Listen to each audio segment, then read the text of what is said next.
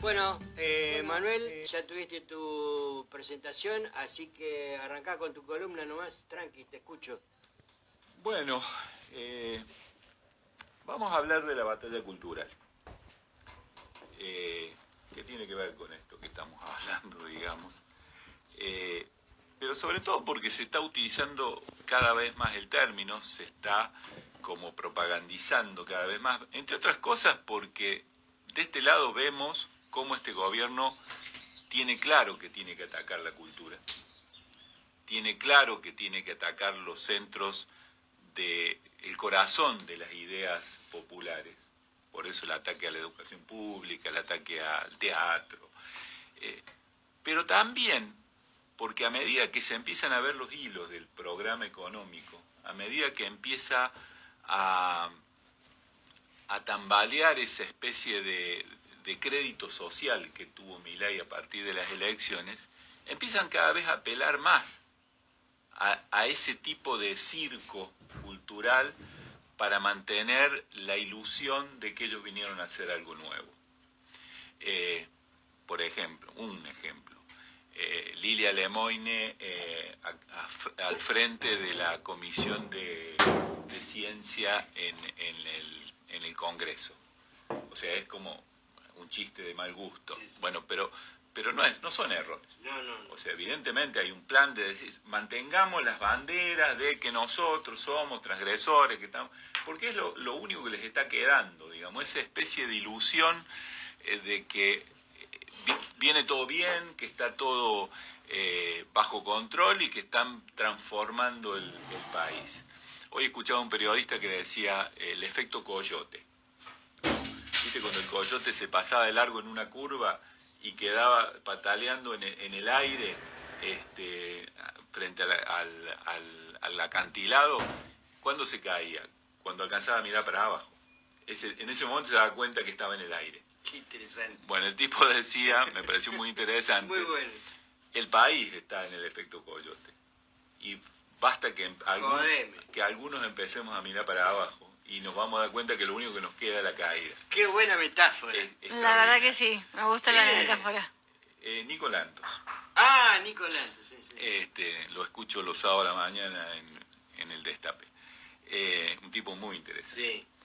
Y bueno, vamos entonces al tema de la batalla cultural, desde el enfoque que nosotros le tratamos de poner, de decir, no nos quedemos emblocados en un lugar, ¿no?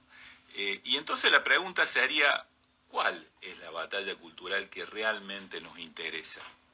¿Y cómo se da? Porque si hablamos de batalla cultural, se supone que hay que derrotar a alguien, ¿no? En una batalla, alguien derrota a alguien. ¿A quiénes? Y yo creo que ahí hay una gran confusión, porque hay gente que cree, hay gente, compañeros, gente de este lado, gente del lado del pueblo, que se termina entendiendo como que hay que derrotar a los que votaron este régimen y que siguen tosudamente intentando justificarlo. Siguen negándose a ver cosas que son súper evidentes. Y yo creo que si vamos desde el enfoque de cómo lo derrotamos, entramos en una cosa que no tiene salida. Porque entre otras cosas, en una batalla se supone que esos dos ejércitos en algún momento se encuentran. Y si nosotros vamos con las mismas banderas, a ese otro ejército no lo vamos a encontrar nunca porque están en otro lado. Entonces yo creo que la cuestión es tratar de entender desde otro lado el problema. Los problemas se resuelven cuando se entienden en la íntima raíz, no cuando voy hacia los resultados simplemente o hacia las consecuencias. Y la primera pregunta que nos deberíamos hacer, ¿por qué esta cantidad de gente, sobre todo jóvenes, siguen tosudamente tratando de no ver algo que para nosotros es súper evidente? Y quizás porque lo que le mostramos antes, o nuestros representantes le mostraron antes, eran tan horribles que los tipos, si se le cae esta ilusión, no tienen a dónde volver. Porque si nosotros vamos a proponer, esto está mal, volvamos a lo que había, me parece que también ahí nos estamos equivocando. Entonces yo creo que la batalla cultural es algo mucho más profundo y más general, no solo sobre quienes hoy están todavía engañados por la ilusión que les creó la derecha, sino también tenemos que dar una batalla cultural sobre nuestros propios engaños, sobre nuestros propios errores, sobre mecanismos que se fueron instalando, aún a sabiendo nuestra de que no estaban bien, pero que fuimos permitiendo, porque eran de los nuestros, porque no le vamos a hacer el juego a la derecha, porque bueno, no critiquemos porque nos debilitamos. Creo que la batalla cultural, lo hemos dicho varias veces a esta figura, es barajar y dar de nuevo en varias cosas. ¿Y qué tiene que ver con esto que hablaban ustedes, los venía escuchando, de cómo criamos nuestros hijos? ¿Qué cosas vamos permitiendo? Pero a su vez también tiene que ver con qué cosas permitimos en el trato diario en la sociedad. ¿Por qué permitimos que un tipo o una tipa tenga comportamientos miserables con una persona más débil?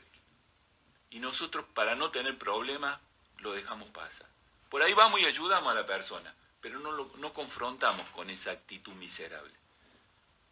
¿Por qué vamos permitiendo... El no te metas. El no te metas, el comedido siempre sale mal. No, esa cantidad de... Prejuicios. Sí, prejuicios y supuestos saberes culturales que son la muestra emergente de cuándo una sociedad, de qué es lo que está sintiendo, viviendo y cuál es el corazón de una sociedad. Hay momentos, vos mirás las frases populares y ves los momentos históricos de las sociedades. Yo cuando era chico estaba esa famosa de donde manda capitán. ¿No? No sirvas a quien sirvió. Y esa era la forma en que habían domesticado a nuestros viejos.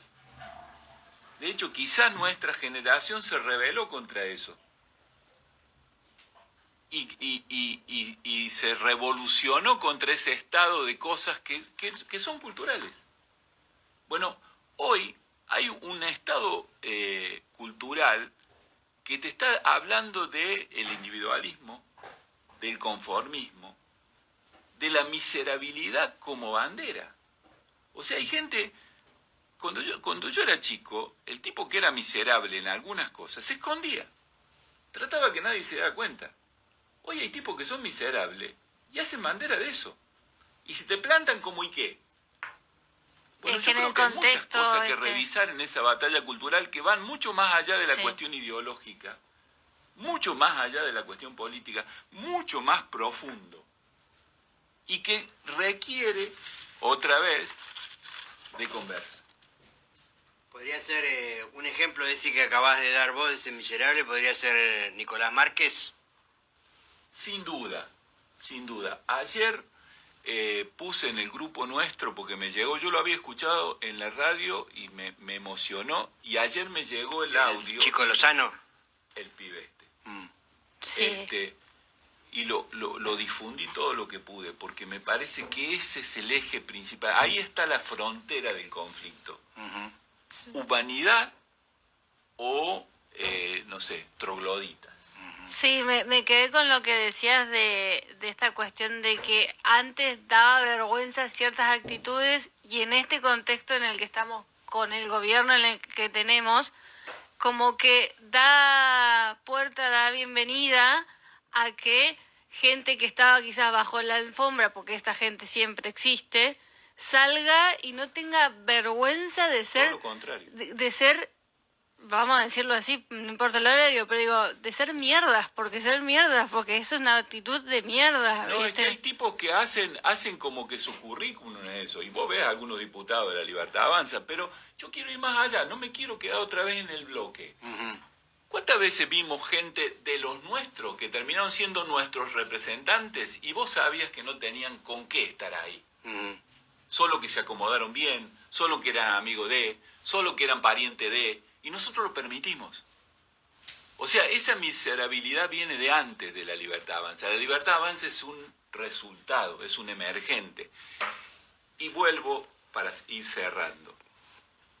La salida de esto, la batalla cultural es recuperar los saberes de una sociedad con otras reglas de juego, y para eso tenemos que generar conversación. Por eso, si la batalla es ellos o nosotros, no funciona. Tenemos que ver, obviamente que hay irrecuperables, como decíamos la otra vez.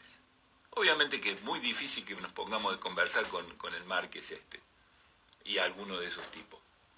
Pero debajo de eso hay muchos seguidores de ellos con los que necesitamos hablar de cosas que son básicas, comunes, desde la cuestión cotidiana, pero no lo chiquito, también lo grande, pero relacionado. Por ejemplo, ahora aparece esto del RIGI.